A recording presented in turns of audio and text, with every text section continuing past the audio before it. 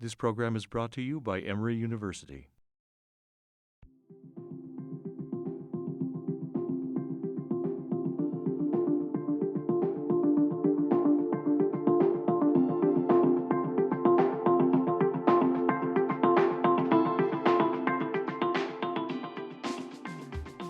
Bud Peterson, thanks for joining us this morning and to talk a little bit about the partnership that actually you and I sort of inherited between Georgia Tech and Emory. I think in higher ed, when you talk about public and private partnerships, there are lots and lots of examples, the biggest probably being the partnership between the federal government and research and what it supports in private universities, for example. We are fortunate here in Georgia to have the Georgia Research Alliance, which takes public money and helps us to partner, and the handful of other research institutions in the state.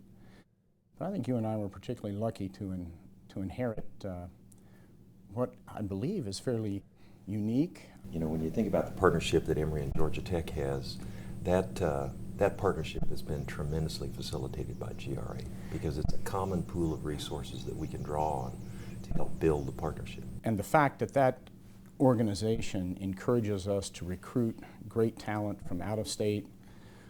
When great talent comes, they want to see the broadest base of opportunity possible. They want to see a partnership, and they want to feel as though they're not constrained, not just to one department or even one school, but one university. And I think you're right, that has really facilitated what goes on here. When we recruit these very, very high-end folks, they want opportunities, and they find those opportunities with the clinical expertise that Emory has, medical school, and then the engineering background, which provides a pretty broad base for them.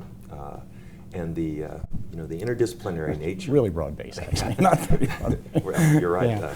The interdisciplinary nature of this particular program, I think, has allowed us to attract some really great people. I think that may be the key, right? The fact that it is complementary, that Emory does not have, historically has not had strength in engineering and the engineering sciences. And we bring medicine and health sciences in a way that Georgia Tech hasn't historically been engaged. But what's interesting now is if you look at the Georgia Tech portfolio of research, there's a growing amount of that supported by the National Institutes of Health. It's in health sciences, much of it.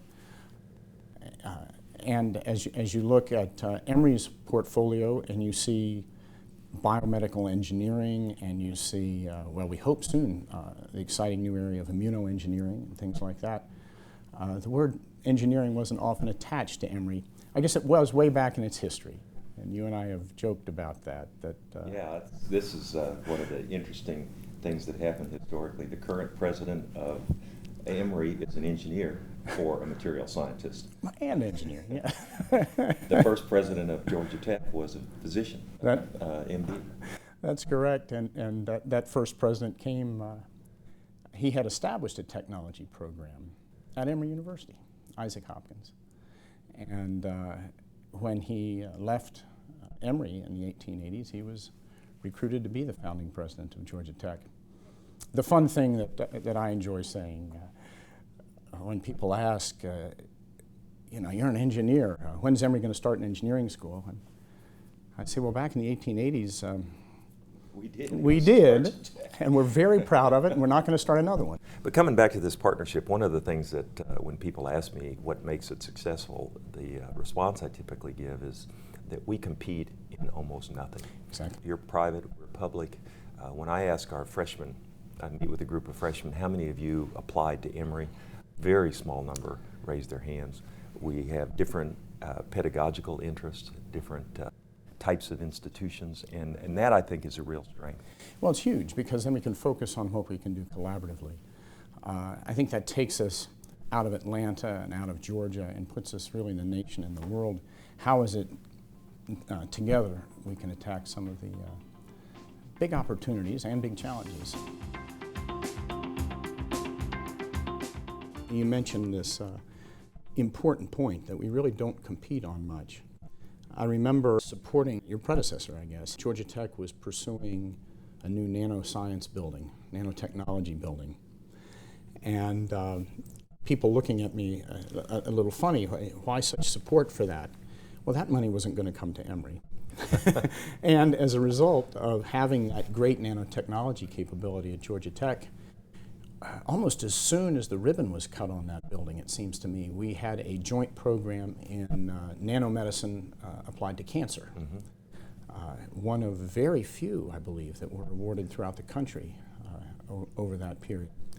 So here's a case where, owing specifically to the fact that we did not compete, opportunities for unusual collaboration were born. Well, I think another really important aspect of this partnership is the economic impact we have on Atlanta and Georgia and the country. I think your economic impact in the 2011 or 12 study was $5.1 billion, and ours was about $3 billion. That's right. You combine those together, this is an $8 billion a year annual impact, which has tremendous impact on Georgia, on Atlanta, and on our two institutions.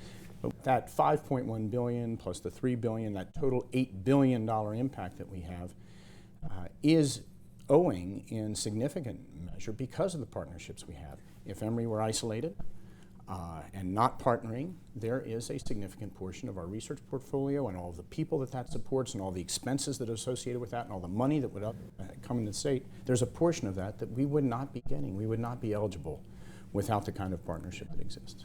And it's not just the resources. There are ideas that are created in this partnership that allow us to jointly allow our faculty and researchers to start these joint companies. I know that oftentimes our faculty will talk about a solution for grand challenges, and we believe that those solutions to some of the biggest problems that we face are going to occur or going to be determined at the interface of traditional boundaries, and certainly the intersection of engineering and medicine is one of those very, very key boundaries.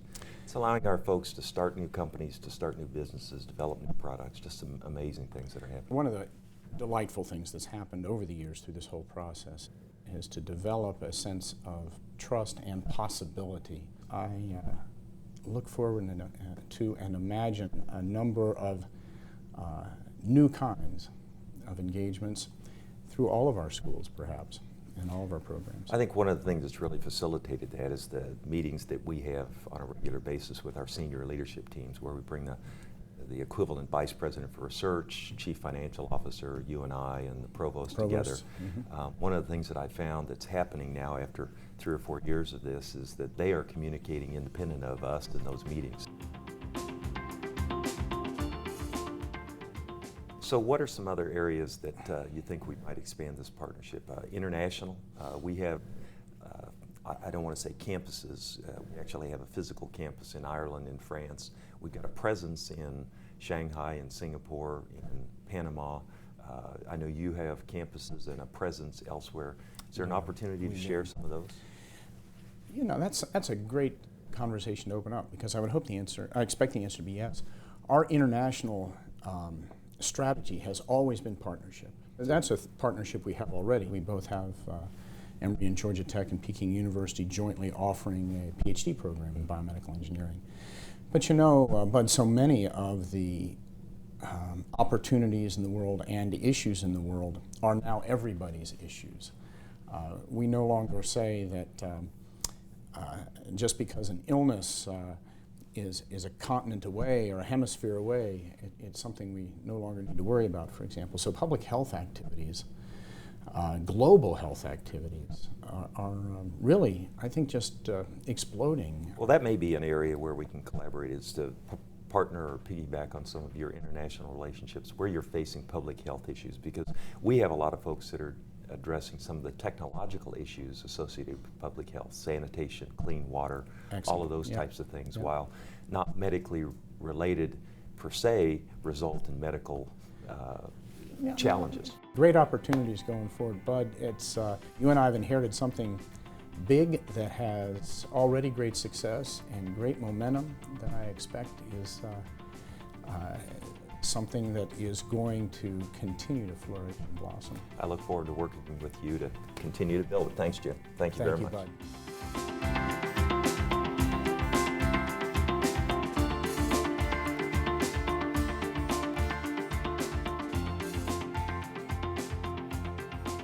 The preceding program is copyrighted by Emory University.